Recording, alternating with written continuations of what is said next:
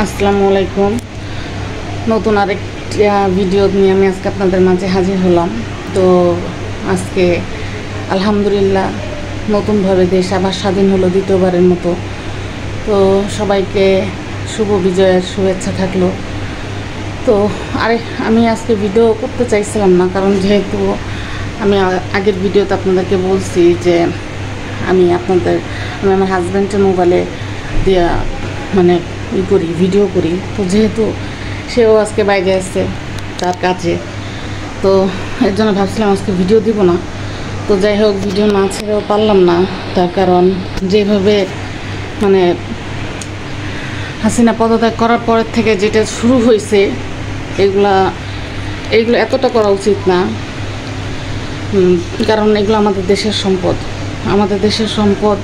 আমরা যদি নষ্ট করি তাহলে আমরা কি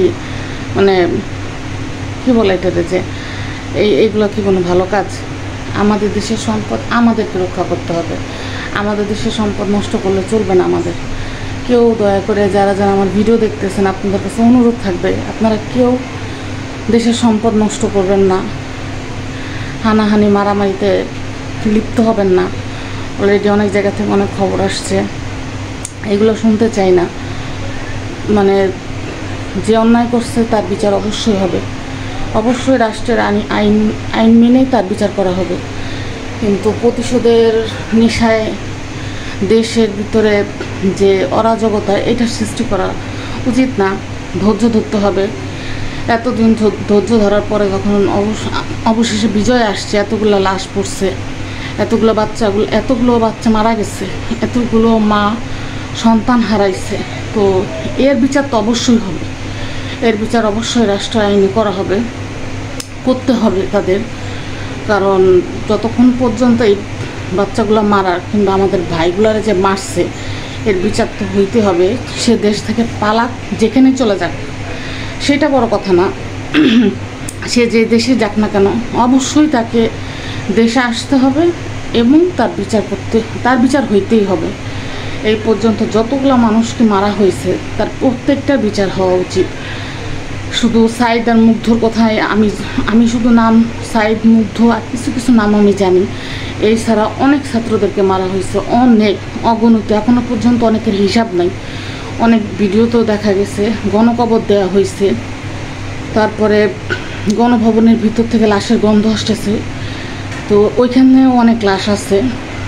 কত ছাত্র মারা গেছে, কতগুলো মায়ের বুক খালি করছে, এখনও পর্যন্ত তার নির্দিষ্ট কোনো সংখ্যা পাওয়া যায় নাই।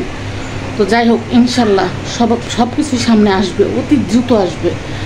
তো আমি শুধু আপনাদের কাছে একটাই অনুরোধ করব, আপনারা কেউ মারামারি কিংবা ধ্বংসযোগ্য থেকে লিপ্ত হবেন না।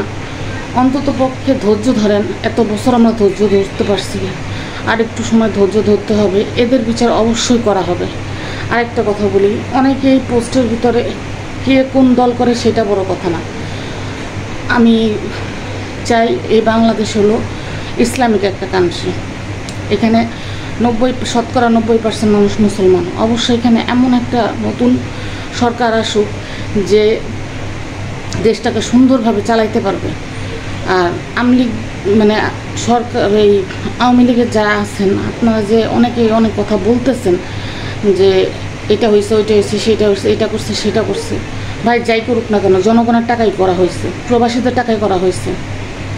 যত ঋণ নিয়ে আসছে, এই ঋণ কি ওনারা কি ওনাদের টাকা দিয়ে দিচ্ছে? না, দেয় না, জনগণের টাকা দিয়ে দিছে।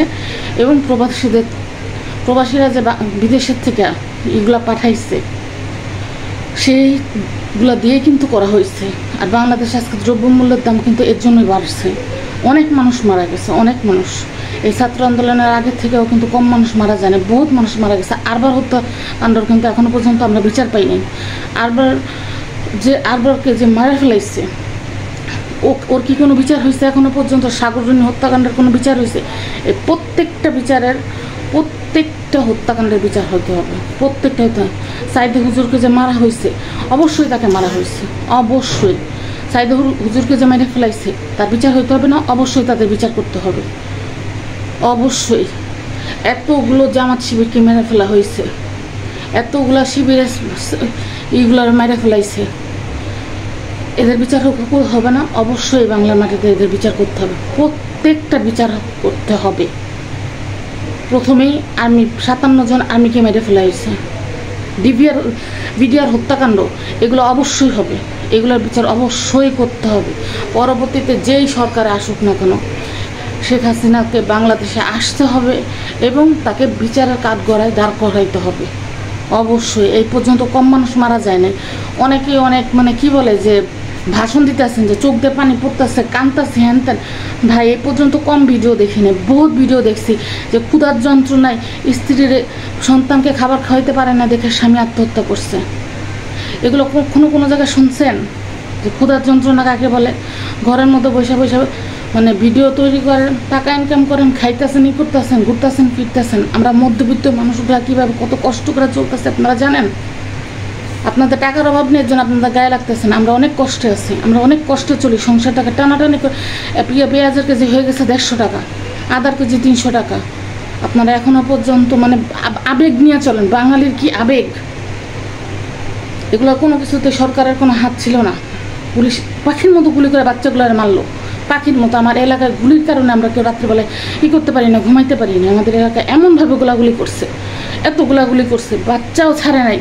ছোট বাচ্চা, একটা 5-7 বছরের বাচ্চা, তাকে পর্যন্ত বলছে রাজাকার, ও রাজাকার। একটা সংবাদ পত্রিকা, সে গণমাধ্যমে সে সংবাদ প্রচার করতেছে, তাকেও বলছে রাজাকার। আমরা কি সবাই রাজাকার? মাথার মধ্যে একটু কমন সেন্স না কথা বলেন, কমন সেন্স না কথা বলেন। কি বলেন এগুলো উল্টাপাল্টা? আপনারা যে ভিডিওর মধ্যে কি আজে বাজে কথা বলেন এগুলো। যেটা দোষ, যেটা অন্যায় সেটা অন্যায় বলেন, যেটা ঠিক সেটাকে ঠিক বলেন।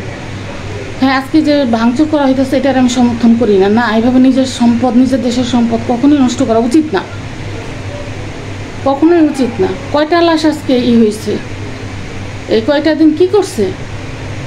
পাখির মতো গুলি করে হত্যা করছে। উনি যদি একবার বলে দিত যে ছাত্ররা আন্দোলন করতেছে, ওদেরকে করতে দাও, তোমরা ওদের গায়ে হাত দিবা না, তোমরা ওদেরকে প্রোটেক্ট করো, তাহলে কি এই পুলিশগুলো সাহস পাইতো?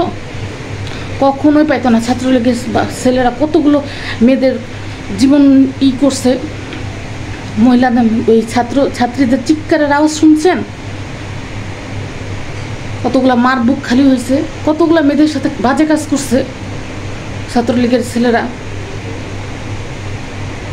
শুধু এতটুকুই বলবো, ভাই আমরা যারা আমজনতা আছি, যে আসুক না কেন, ভালো একজন সরকার আসুক, আমরা সেটাই চাই।